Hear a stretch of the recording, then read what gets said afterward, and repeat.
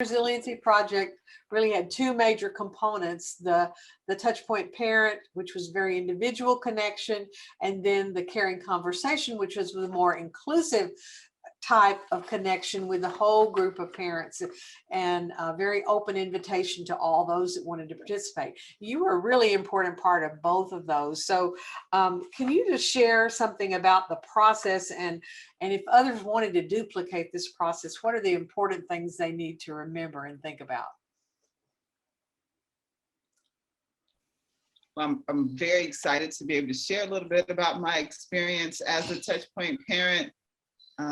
When thinking about what it was like, I'd have to say there were bits of being a big sister, bits of being a neighbor and a community member, bits of being a resource and access to resource, and really significantly being someone that people knew that they could talk to.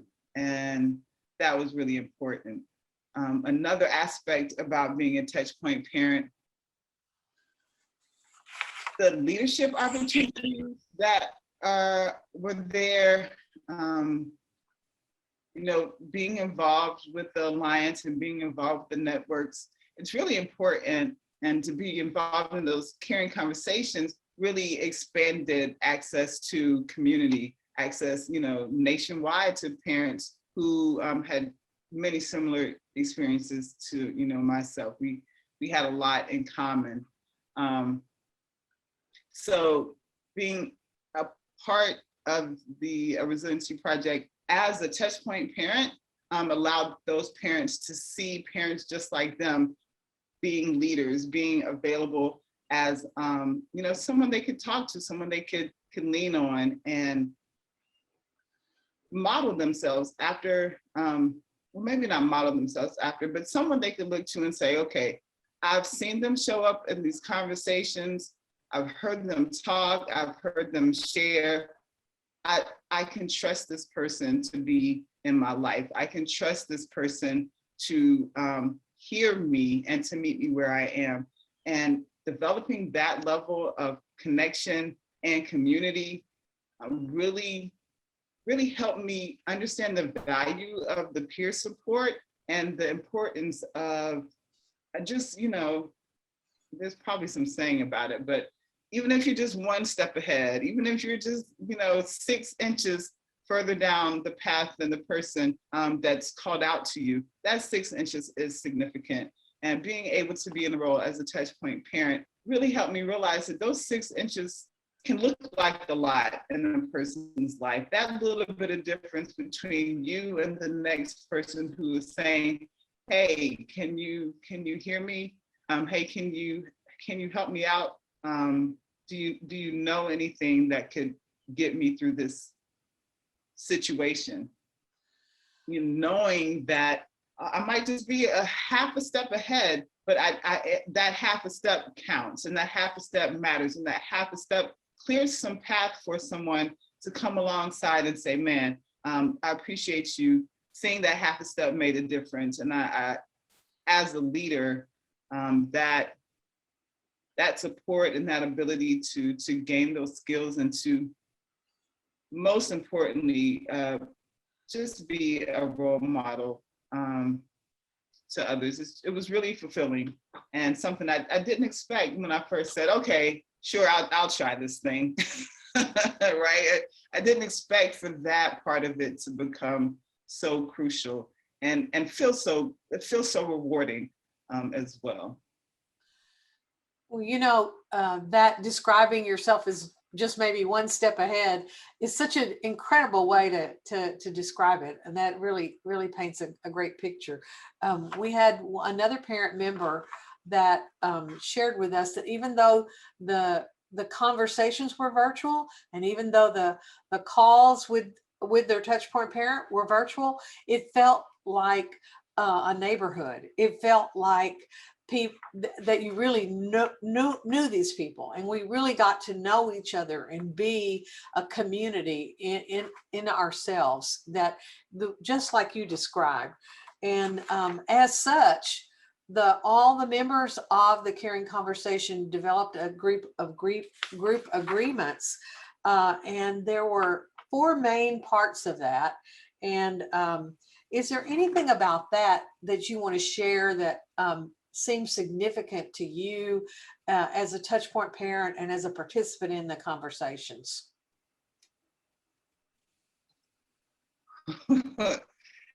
Anything that seems significant. The whole thing was significant to me as a parent. In the conversations, it really was to know that every Monday I could come to this place, this virtual place, I could click a link and I could look at people who would smile at me. I could look at people who were happy to see me. I could be happy to see others. And knowing that we were all there for the same thing, you know, those agreements and that opportunity to be in community, especially when things were so fractured and fragile. During the pandemic, we needed every little bit of connection we could get. And it was such a valuable experience. When it comes to those 4, those working agreements, it's always good to have some structure. You know, we have a network, but it's always good to have something that everybody can kind of tie into. So when we think about growing relationships and connections, we're thinking about ways to latch on to each other, right? And to find value in that.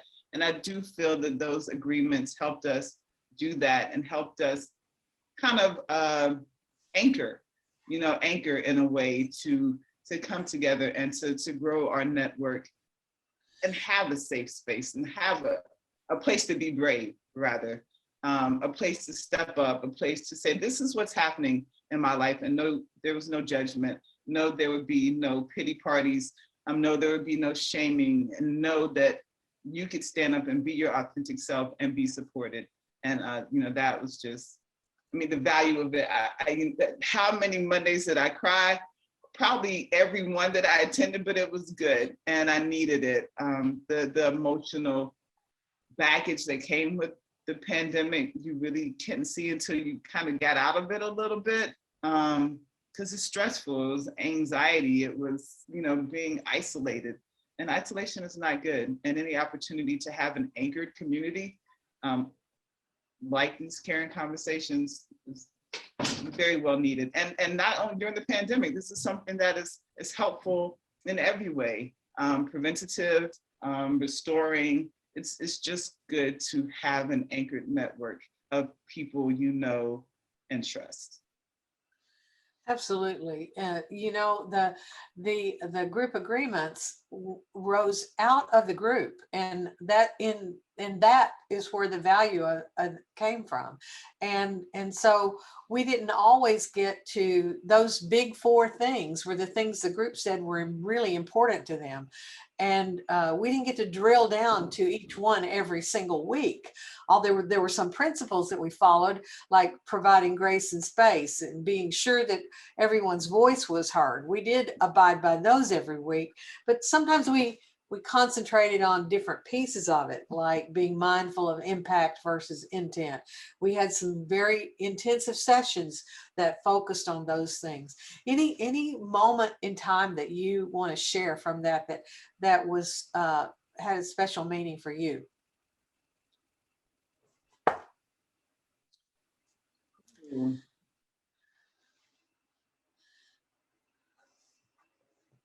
Being able, I'm not going to be able to speak of the exact time and location and even the substance of the interaction, but I know there was an interaction where I didn't necessarily agree with something someone had said, and it didn't become a whole thing, right? We were able to agree to disagree or agree to have different perspectives, and it didn't change the relationship. And that is, when we talk about those 4 things, the being heard, being in community, and being heard. As a touch point parent, I would have to say I really valued that being heard when thinking about the selection process to how parents got connected. And it was a matching process, right? And what I really appreciated about that was the parents got to choose their touch point parent. They got to choose who they were resonating with, who felt like it would be a good, close relationship. And I really did appreciate that. I feel like that really resonated with, that framework of all voices. So I really want to say I appreciated that. Martha, you talked about impact versus intent. And as a touch point parent, there are a lot of times, not a lot, but there were enough times, because this was a new project, that we had to figure things out, right? We wanted to be very careful about the intent of these concrete supports being available. And as a touchpoint parent, one of the biggest things that I realized was the importance of group decisions, the importance of sharing situations that may seem problematic or you just weren't quite sure, to have that level set, to have that intent be consistent across the board. And I think what the Alliance did with that was excellent. How we met regularly, how we talked, how we stayed in communication as touchpoint parents with each other, to also provide that peer support between each other. I think that was an excellent way to go about it.